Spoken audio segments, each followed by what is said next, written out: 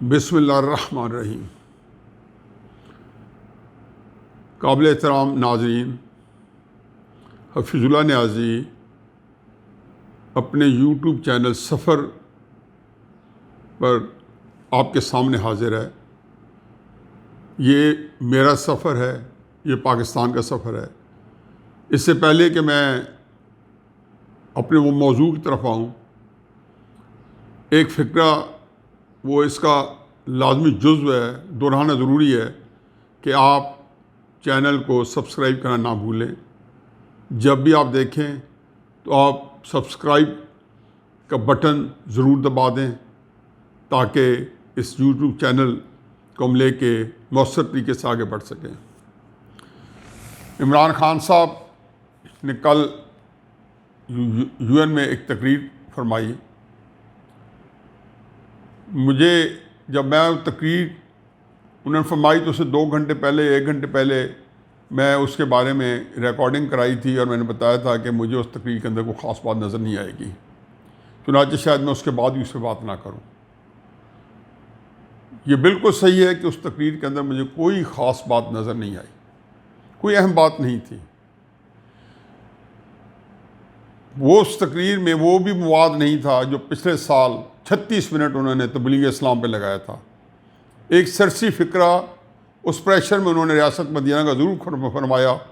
اور 4-5-6 فکرے عالم اسلام میں مسلمانوں کی کسب پرسی کا جو ذکر کیا۔ یہ ہمارے تمام آج سے پہلے آنے والے لوگوں کے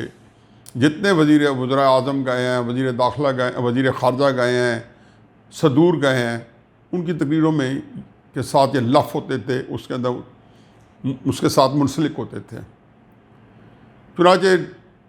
باتیں وہی کی جو کرنی چاہیے تھیں۔ اس تقریر کی ایک اہم بات جو شاید ہمارے ناظرین اور باقی اس تقریر کو دیکھنے والے نوٹس نہ کر سکے ہوں کہ انہوں نے شاید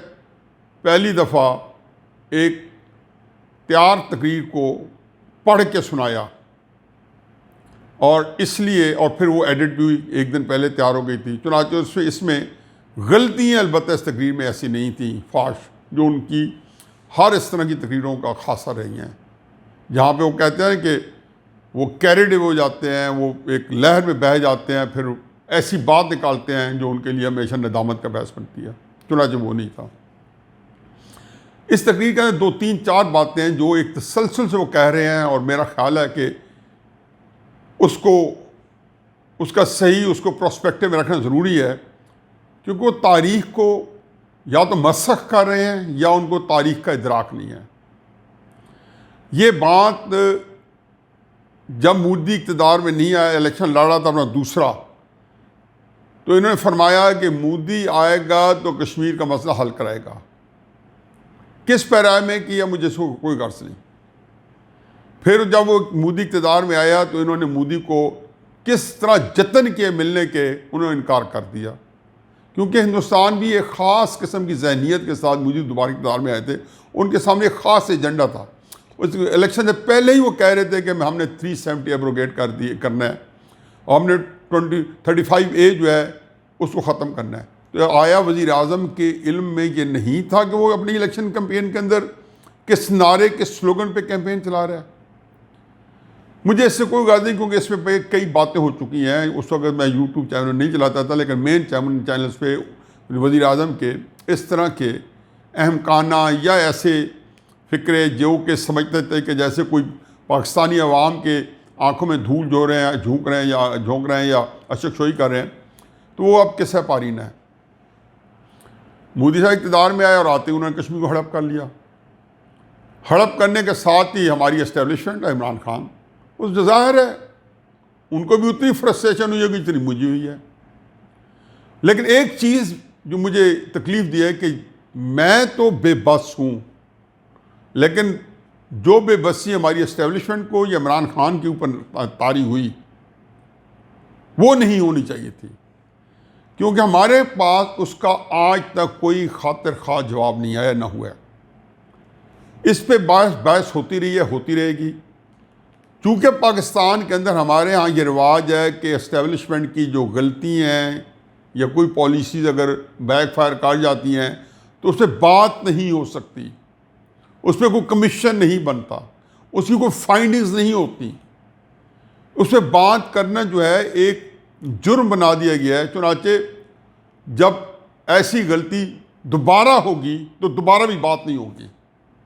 کیونکہ بات کرنے سے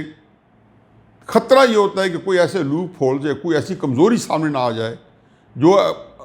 ان کی حیثیت کو، ان کے جو ادارے کی جو ساکھ ہے اس کو انڈرمائن کرے۔ اب اس کے اندر کئی چیزیں ہو سکتا ہے پبلک میں نہیں کرنی چاہیے، میں متفق ہوں، لیکن کسی فورم پہ جہاں پہ ان کے ادارے کے علاوہ بھی لوگ بیٹھے، جوڈیشری کے بیٹھے، سیاستدان بیٹھے، ذمہ دار لوگ بیٹھے، 30-40 بندہ بیٹھے، 20-25 بندہ بیٹھے، نیشنل سیکورٹی جو ہمارے پاس بنی ہوئی ہے کمیٹی، اس کے اندر اس طرح کا پورا ہوگا جس میں یہ ساری چیزیں ڈسکشن میں آئیں، اور اس میں کوئی امریکی ایجنٹ نہ بیٹھا ہو، کوئی امریکی ایجنٹ یا پلانٹ اس کا انچارج نہ ہو، ایسا شخص نہ بنا دیا جائے کہ جیسے حسین حقانی صاحب کو یا موئی یوسف خان صاحب کو آپ NSA کا ہیڈ بنا دیں، جن کا ایک نیریٹو پچھلے 20 سال سے 15 سال سے 10 سال سے ہمارے سامنے ہے اور بار بار آ رہا ہے، اس کے بارے میں وہ اس کے کیمپینر رہے ہیں۔ چلو اس کو ایک طرف رکھیں، مجھے سے 2-3 باتیں کرنی ہیں۔ وزیر اعظم صاحب،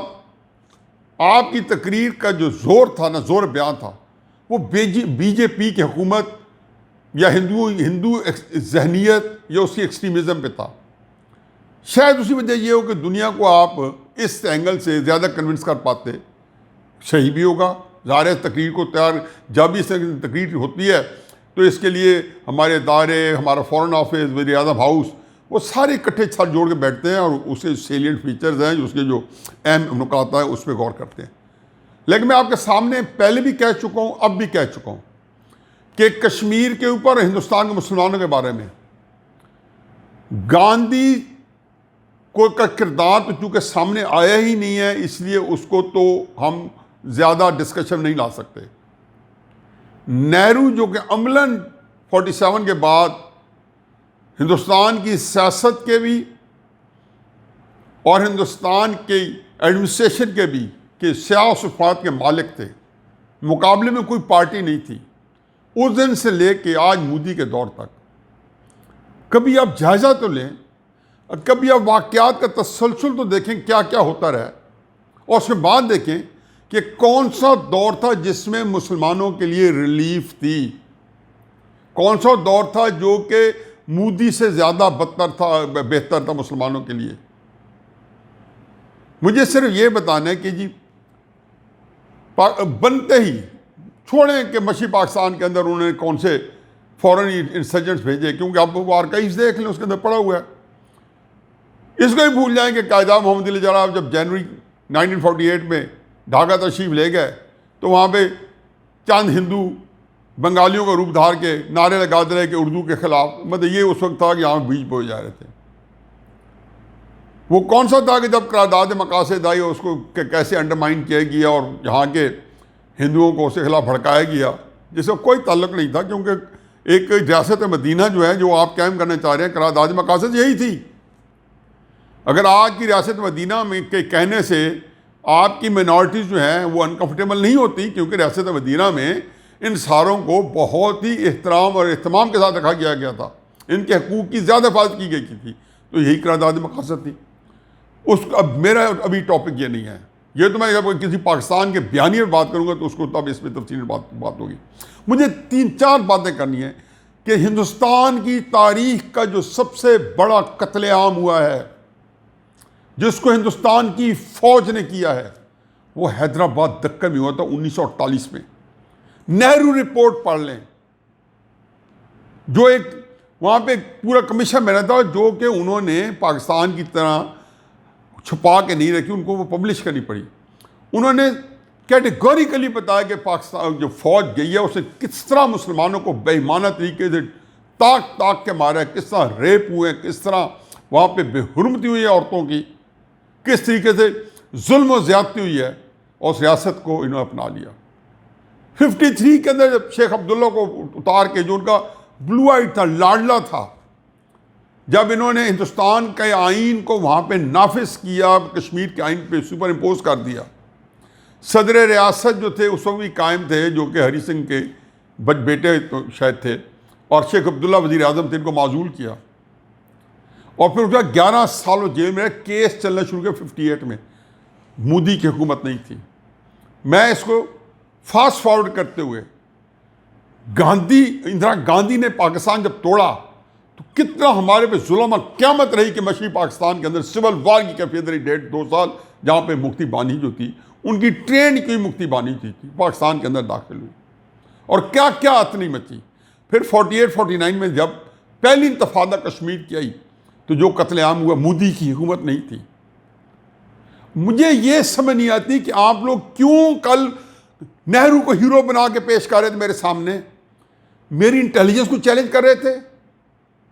کیا آپ کو اور مال بھی بیچنا چاہتے تھے؟ کیا آپ کو لازمی ہے؟ آپ بالکل مودی کو کنڈیم کرتے۔ مودی کا رول انتہائی غلیظ اور بھیانک ہے، مودی بہت ہی گندے کام کر رہے ہیں، لیکن یہ میں نے صرف ایک پروگرام کے اندر گنجائش نہیں ہے۔ میں آپ کو قتل عام کی، مسلمانوں کے جس کو کہنا چاہیے کہ نسل کشی کی، اور مسلمانوں کو حالات دیکھنے کی، میں آپ ہی کے ساتھ جا چکا ہوں ایک دفعہ انڈیا، اور ان علاقوں کے اندر جا چکا ہوں جہاں مسلمان رہتے ہیں، دروازے لکڑی کے نہیں تھے، ٹاٹ لٹکے ہوئے ہیں، جو غریب بدبودار تعفن والا گندا علاقہ ہے، یہ کب کی باتیں ہیں؟ 15-20 سال پہلے کی باتیں ہیں، یہ اس سے بھی پہلے کی باتیں ہیں، وہاں پہ مسلمان رہتے ہیں۔ آپ دیکھ لیں کہ جامع مسجد کا نام، اتنا بڑا نام ہے جو اب دنیا کی بڑے آرکائیوز میں آتا ہے، اس کی دیکھ لیں خستہ حالی، کیا چیز انہوں نے مسلمانوں کے نام و نشان کے ساتھ مٹانے کی کوشش نہیں کی، یا ان کی قسم کرسی کا کیا عالم ہے۔ چنانچہ مجھے اس تقریر میں اور کوئی غرض نہیں، آپ نے کہا اچھا کیا ہے، ایک تقریر پڑھی ہے پہلی دفعہ، یہ شاید کسی کو نہیں معلوم کہ وہ طریقہ کار یہی ہوتا ہے کہ جب اس پر کرتے ہیں تو سامنے تقریر آتی ہے تو آپ پڑھ رہے تھے، اچھا ہے تیار کی تقریر آپ نے کی ہے، اس میں آپ کو لوگ بتائیں گے، آپ کے ایڈوائزر کی یہ تقریر سب سے بہتر تھی کیونکہ یہ پڑھی تھی آپ نے، لیکن اس کے اندر آپ نے جو نیریٹو لیا ہے کشمیر کے اوپر، آپ کا جو موقف ہے بالکل درست ہے، ہم اسے سپورٹ کرتے ہیں، اس کو مزید سخت کرتے تو بھی ہم اس کو سپورٹ کرتے، اس کا حل دیتے تو بھی ہماری جو حوصلے بلند ہوتے، لیکن اس کے ساتھ یہ لف کرنا کہ یہ مودی کی وجہ سے ہو رہا ہے، یہ تاریخ کو جھٹلانا ہے، یہ سرین بددیانتی ہے۔ صرف 1948 کا حیدرآباد کا قتل عام جب ریاست کو انہوں نے ہٹایا تھا، صرف وہی دیکھ لیں، اور 71 کے اندر 1971 میں جو ہمارے ساتھ حال کیا، ہمیں 90,000 ہمارا بندہ فوجی قید ہوا، اور جو ہمارے بنگالی دوست بھائی بھی اس میں مرے اور یہاں بھی مرے، اور آج تک اس تکلیف کے اندر دونوں ملک مبتلا ہیں اور غلط فہمیاں لیتے ہیں۔ یہ اندرا گاندھی کا تھا، یہ کانگریس کی حکومت تھی، اس وقت تک کانگریس حکومت آئی تھی۔ چھوٹی سی بات ہے کہ جب 1966 کے اندر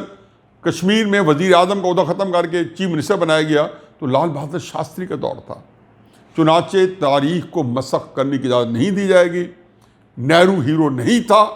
نہرو اتنا ہی غلیظ اور گندا تھا مسلمانوں کے بارے میں جتنا آج مودی ہے۔ میک نو مسٹیک، وما علینا الا البلاغ۔